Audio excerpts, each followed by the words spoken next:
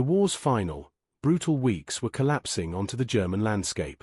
On April 23, 1945, at the precise hour of 14:20, the fighting had reached the shattered suburbs outside Bremen.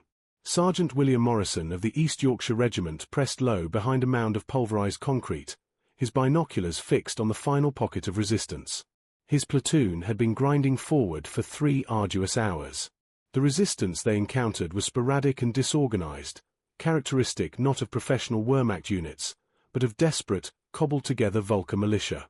They had successfully cornered the last holdouts, a group of Germans firing erratically from the skeletal remains of a damaged schoolhouse. Morrison signaled the advance.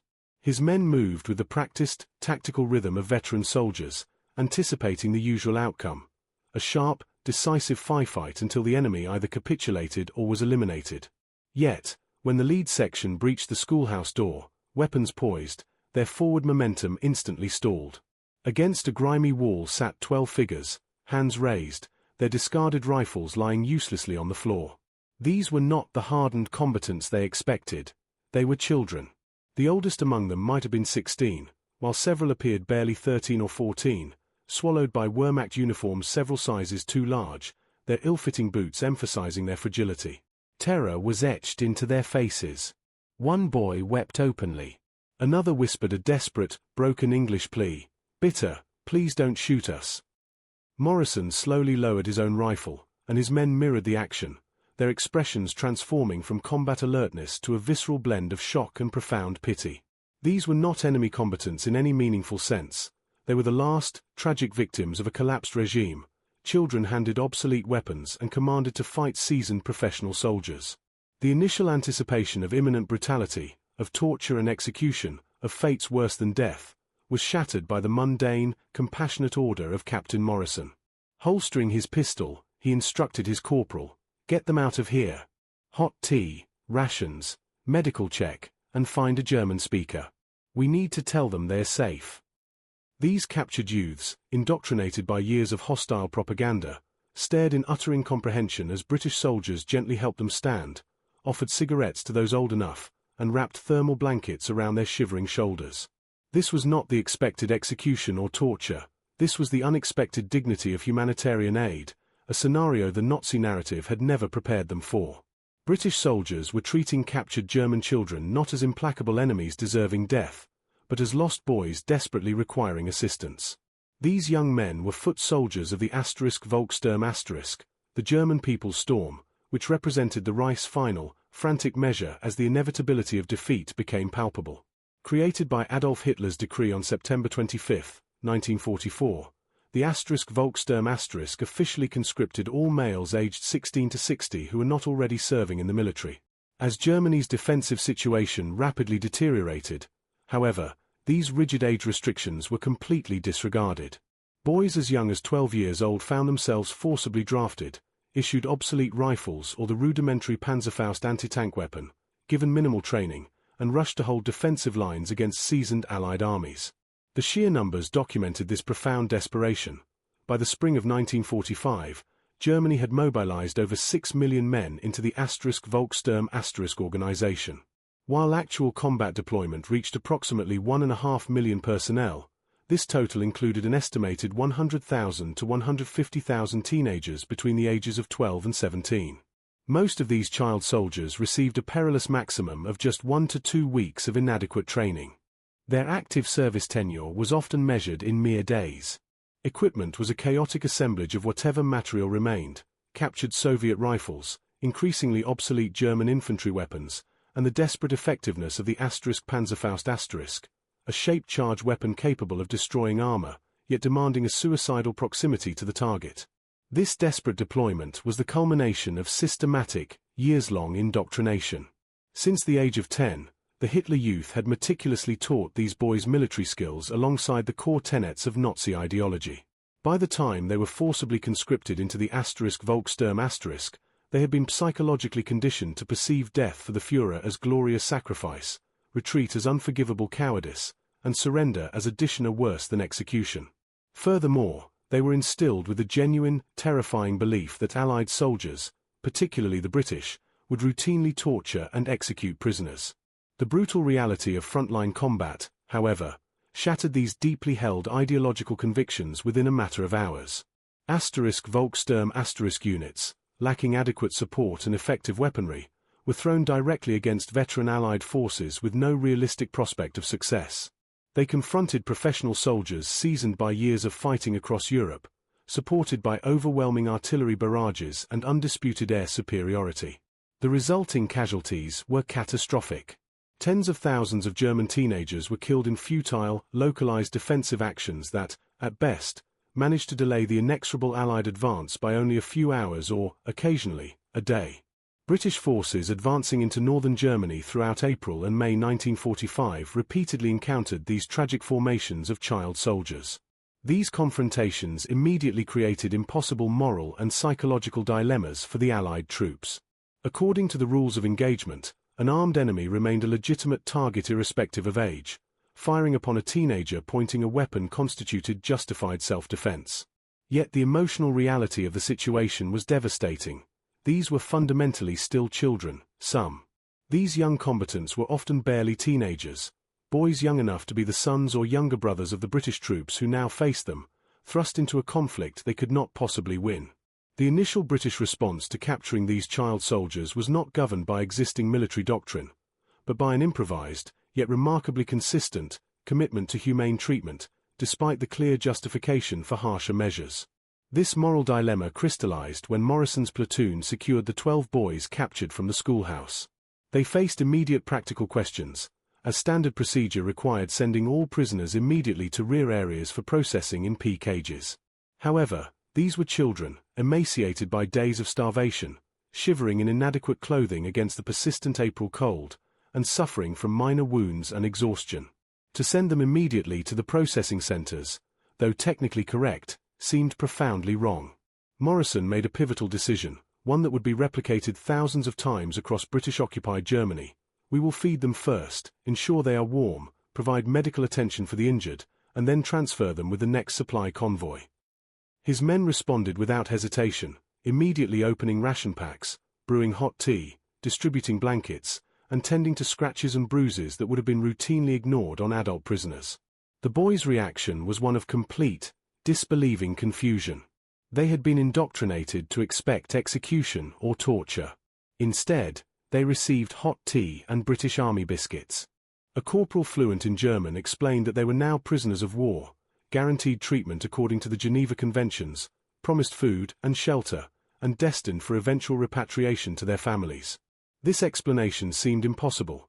The concept of British soldiers demonstrating such decency towards a defeated German enemy fundamentally contradicted their entire wartime perspective. The reality of capture shattered every propaganda message they had absorbed.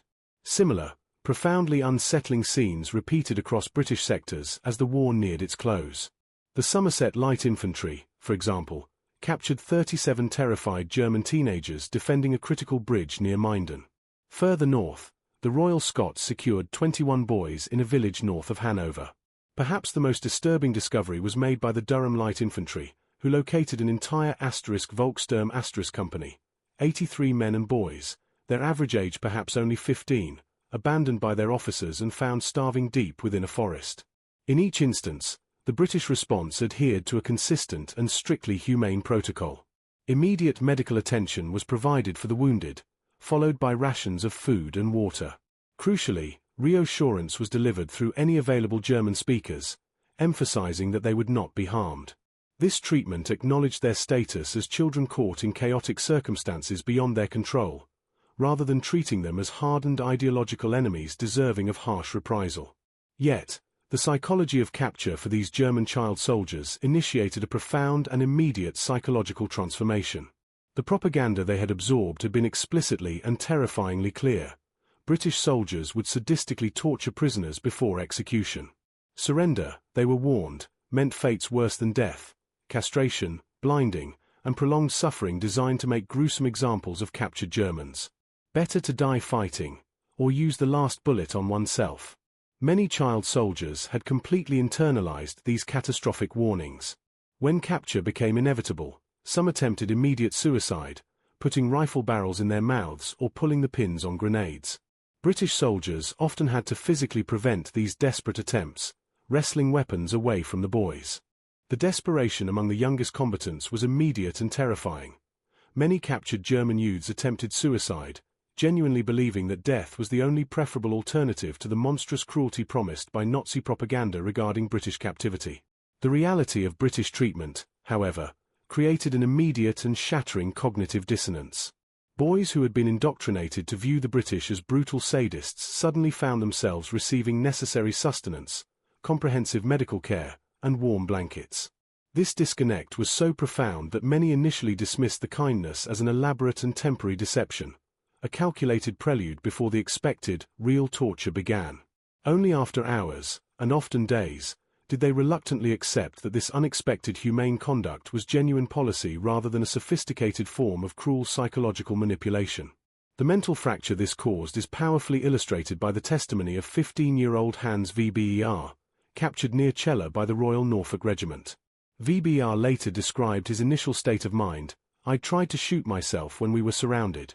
A British soldier knocked my rifle away and shouted at me in German, 'Don't be stupid, boy.' Then he gave me his canteen and made me drink. I couldn't process what was happening. They were supposed to torture us.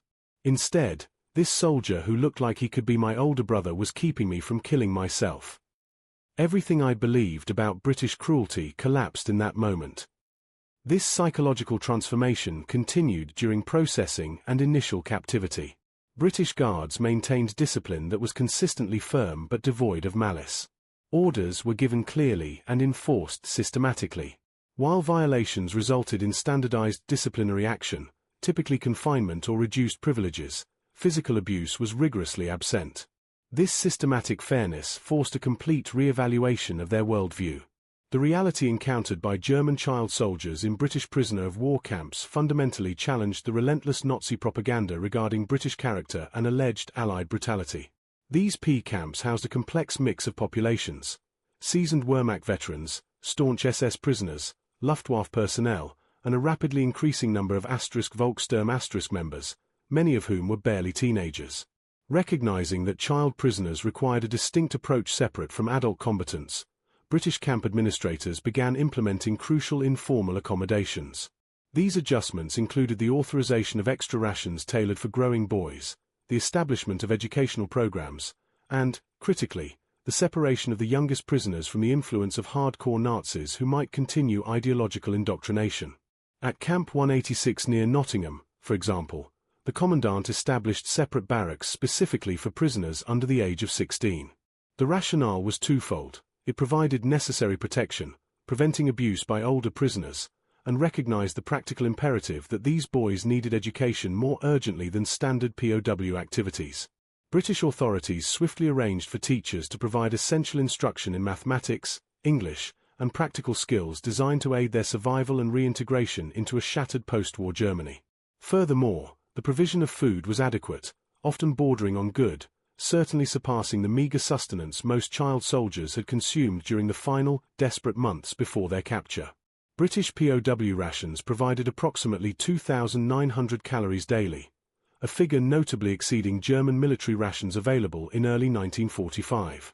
For boys who had endured near starvation during the final weeks of the war, the sudden regularity and quantity of the meals proved almost overwhelming, causing some to eat too quickly and make themselves sick.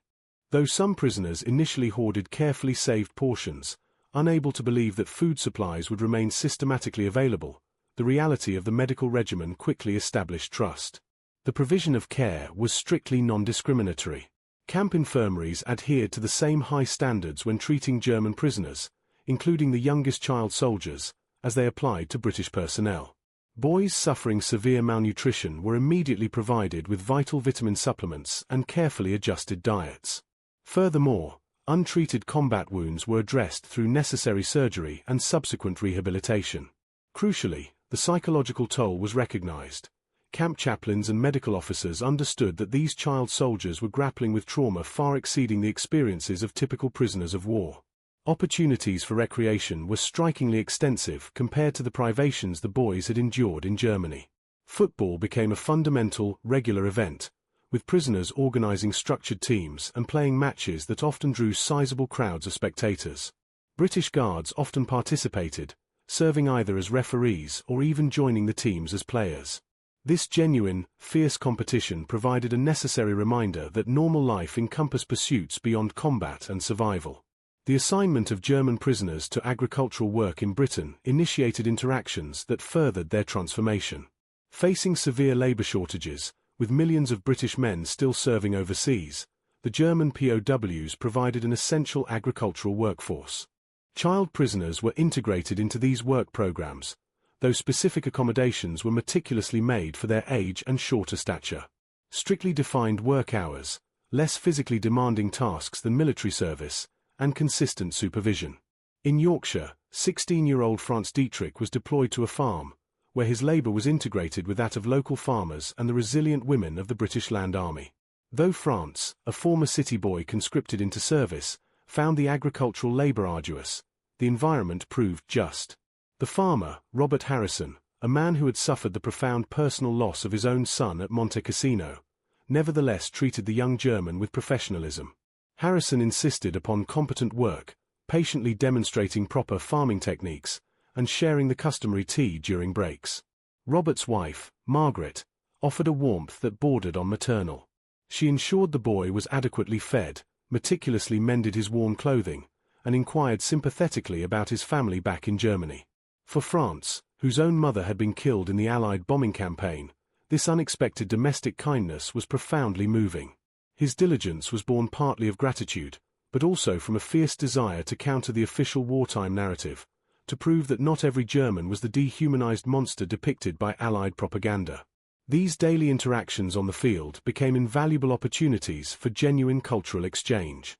Prisoners acquired functional English through necessity, while British farmers picked up fragments of German. Initial conversations, focused warily on the weather, crops, and the sheer effort of work, soon expanded to shared discussions of families, homes, and universal hopes for peace. These human connections developed gradually but genuinely, acting as a powerful solvent against entrenched propaganda stereotypes on both sides. While some British civilians initially voiced objections to the employment of German prisoners, particularly the younger cohort, most soon discovered a fundamental truth. Boys who performed their duties diligently and behaved properly earned a measure of respect that transcended national enmity. The shared necessity of labor created the immediate context for. These camps often fostered an interaction that fundamentally transcended political enmities. The shared labor of farmers and prisoners working toward common agricultural goals began to reveal similarities that the obscuring lens of total war had long concealed. Beyond institutional policies, individual connections began to form, particularly between British soldiers and the captured child combatants. For some British personnel, the prisoner-captive dynamic shattered entirely when confronted with the reality of the young boys serving in the *Volkssturm-Star. Corporal James Stevens of the Middlesex Regiment exemplified this emotional complexity. Stevens had recently suffered the profound loss of his younger brother, killed at KH by German defensive fire during the vicious Normandy campaign. When Stevens' unit captured a group of *Volcom* that included several boys aged 13 and 14, he struggled with a profound emotional dissonance. These children, armed by the regime, were instruments of the very forces that had killed his brother, yet they were also clearly victims, young boys thrust into a war they had never created. Stevens gravitated toward one boy, Klaus Hartmann, a 14-year-old from Hamburg whose father had perished on the Eastern Front and whose mother had been killed during Allied bombing raids. Klaus was essentially an orphan, facing repatriation to a homeland where he had no home to return to. During his off-duty hours, Stevens began dedicating time to Klaus, teaching him rudimentary English, patiently explaining the realities of life in Britain, and offering a perspective that the boy's stringent Nazi education had deliberately suppressed. This relationship was informal, a clear violation of regulations concerning fraternization with prisoners. Yet, high-ranking officers deliberately looked the other way, recognizing that Stevens was channeling his overwhelming grief by actively helping a boy who had suffered losses mirroring his own. This fragile bond persisted until Klaus was eventually processed for repatriation. The relationship between Stevens and Klaus was a microcosm of the unexpected humanity found within the British prisoner of war system. Stevens, recognizing the impossible odds facing the young man, provided not just a warm coat but a vital letter of reference, a tangible asset meant to aid Klaus in navigating the wreckage of defeated Germany. This individualized empathy was mirrored across the British camps, where guards often developed protective relationships with the youngest inmates, boys who evoked memories of their own sons or younger brothers back home. These guards transcended their duty, offering essential practical support, supplementing meager rations, donating personal books and magazines, and teaching indispensable civilian trades. Skills like carpentry, basic mechanics, and farming techniques were survival tools, deliberately imparted to counteract the predicted post-war chaos. Crucially, this intervention extended beyond the material. Many of these child soldiers carried profound psychological scars, the trauma of combat, the grief of family loss, and the devastating residue of years of fanatical Nazi indoctrination. British soldiers, many of whom were veterans themselves and understood the weight of battle trauma, stepped into the role of informal counselors, offering a rare space where the boys could articulate experiences they were otherwise unable to process. Recognizing that incarceration alone was insufficient, British authorities initiated a massive education program. The fundamental reality was that conscription and intense Hitler Youth activity had truncated the schooling of these boys, leaving many functionally illiterate and lacking basic mathematics or practical knowledge necessary for civilian life after the age of 12. To release them back into the ruins of Germany without these foundational skills was to condemn them to perpetual poverty and limited opportunities. Therefore, Camp 186 spearheaded this effort, establishing a formal educational curriculum specifically tailored for prisoners under the age of 18, a foundational step toward their rehabilitation. The educational initiative quickly gained traction. Experienced teachers volunteered their time, offering instruction in foundational subjects like English, mathematics, and basic science, alongside essential practical skills. Though the classes were initially voluntary, participation rates surged, swiftly exceeding 90%.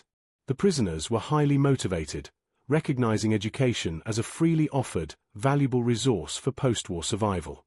English language instruction, in particular, became a crucial asset. The Allied administration governing occupied Germany desperately required German speakers proficient in English. Thus, mastery of the language offered a tangible employment advantage in the immediate future, spurring serious study. This practical value transformed former indifferent students into dedicated learners, as they understood the direct connection between acquiring knowledge and ensuring post-war survival. The curriculum included robust vocational training, emphasizing practical skills in carpentry, mechanics, farming, and fundamental construction. British tradesmen dedicated their time, teaching these German prisoners the skills vital for the eventual reconstruction of their shattered cities. The methodology was relentlessly hands-on, learning by doing rather than simply theoretical instruction, which allowed many to discover untapped aptitudes they had not previously known they possessed. This comprehensive educational initiative served crucial, multifaceted objectives. Strategically, it kept the prisoners productively occupied, substantially mitigating the discipline problems often arising from chronic boredom. More profoundly, it prepared them for integration into post-war society, increasing the probability that they would become productive citizens rather than resentful, embittered veterans. Furthermore, the program stood as a powerful, tangible demonstration of British values, offering education and opportunity even to defeated enemies, proving that the struggle had been waged for principles that included assistance and rehabilitation, rather than mere punitive retribution. This spirit of reconstruction and hope defined the atmosphere leading into the Christmas of 1945. December 1945 ushered in the fragile first Christmas of peace, yet for thousands of German prisoners, the holiday was spent confined within British camps awaiting the slow machinery of repatriation. Despite their uncertain status, camp authorities permitted the detainees to orchestrate their own Christmas observances.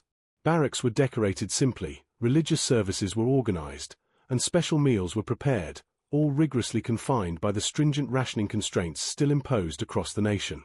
Critically, the British Guards actively contributed to these modest festivities, often acting on personal sentiment by donating scarce commodities like cigarettes and chocolates, alongside small gifts purchased with their own limited funds. This shared moment of humanity reached its emotional peak at Camp 186. Here, the youngest prisoners, boys captured between the ages of 13 and 16, organized a solemn service within the camp chapel. Their clear, traditional German carols filled the wooden building, creating a sound that momentarily transcended the bitter boundaries of nationality and war. British guards standing watch outside paused, listening intently, many gripped by private reflection, remembering their own sons or younger brothers, and pondering the stark tragedy of a civilized power compelling children to fight and perish. After the service, the camp commandant delivered a brief, powerful address through an interpreter. He acknowledged the boys had fought bravely, though perhaps misguided, stating that their courage deserved recognition. He stressed that the conflict was concluded, that they had survived when many had not, and that they must take pride in their survival and use this opportunity to forge better lives and a better Germany. He concluded by wishing them a peaceful Christmas and promising that repatriation would proceed as swiftly as logistical realities allowed. The resulting Christmas dinner was inevitably modest by peacetime standards, yet it remained an impressive feat given the pervasive scarcity of resources. Despite severe wartime rationing constraints, the British authorities provided a remarkable feast. Generous portions of turkey, fresh vegetables, hearty bread, and even small servings of traditional pudding, meticulously prepared by British cooks. For these young German prisoners, many of whom had been facing starvation just 6 months prior, the sheer abundance of the meal was overwhelming. Yet, the true significance transcended the food itself. It was the extraordinary gesture of the British willingness to share meager, scarce resources with former enemies during a solemn holiday season. The emotional impact was palpable. Some boys quietly wept, while others exhibited an animated joy, a stark contrast to the hollow silence that had defined their initial months of captivity. The atmosphere was a fragile synthesis of melancholy, recognizing the devastating reality that their distant homes might no longer exist, and profound hope, acknowledging their survival and the possibility of futures now worth pursuing. The ultimate legacy of the British treatment of these German child soldiers rests upon moral choices made at a moment when institutionalized cruelty might have been easily justified. British soldiers who apprehended these terrified German teenagers were certainly entitled to respond with severity. These youths had fought under the banner of the Nazi regime, had actively shot at Allied forces, and represented an enemy responsible for the deaths of countless British soldiers and the sustained bombing of British cities. In this context, the demand for revenge would have been wholly understandable, and rough treatment would have been legally permissible. No international body would have censured the British forces for exhibiting less mercy. But the British command deliberately chose a different path. They looked beyond the uniform and the ideology, recognizing children who had been ruthlessly armed and indoctrinated, but remained fundamentally children. They intervened to prevent desperate suicides, which occurred when boys, anticipating torture, attempted to take their own lives. Instead, the British provided essential provisions: food, shelter, medical care, and even education, thereby maintaining civilized standards of conduct even when dealing with the remnants of a brutal adversary. The choice made by British forces, having defeated the adherents of an explicitly barbaric regime, carried consequences far exceeding the immediate humanitarian relief. The German child soldiers, expecting brutal reprisal, instead received mercy. These young men carried the memory of that clemency throughout their lives, passing down the narrative that British forces had deliberately chosen humanity over the corrosive pull of hatred. Those recipients of compassion became powerful advocates for reconciliation and the establishment of democracy. Their transformation was instrumental in forging post-war Germany, shifting it from a potential embittered enemy nursing deep grievances into a stable, cooperative partner in the rebuilding of Europe. The field where British soldiers encountered those 12 terrified boys, anticipating summary execution, evolved into a potent symbol of how civilized conflicts must conclude, not through the vengeance that ensures the continuation of hatred, but through the transformative power of strategic mercy. The German child soldiers had anticipated only punishment. They were instead afforded fair treatment that acknowledged their basic humanity, coupled with education designed to prepare them for peace, and undeniable examples of the civilization that the Reich's propaganda had vigorously denied existed. These measured responses shaped thousands of futures, enabling a post-war world where former adversaries could genuinely become allies. This enduring legacy confirms that mercy functions as a strategic imperative, not merely a moral virtue. Decent treatment of the defeated creates demonstrably better geopolitical outcomes than the short-sighted satisfaction of revenge, defining civilization itself by the maintenance of humanity even amid war's most brutal depths.